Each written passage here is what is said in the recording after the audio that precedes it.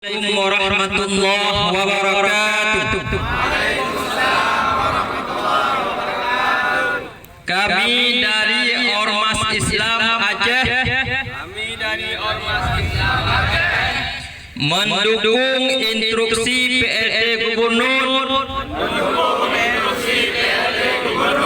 tentang melarang ajaran Islam selain ahli sunnah wal jamaah di Aceh.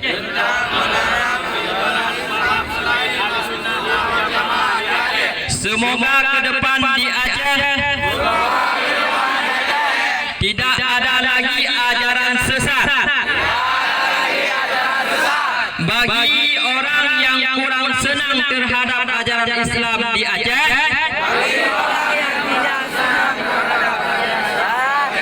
diharapkan meninggalkan bumi Aceh.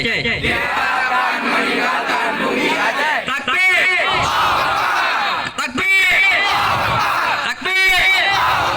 Demikian kami sampaikan. Assalamualaikum warahmatullahi wabarakatuh.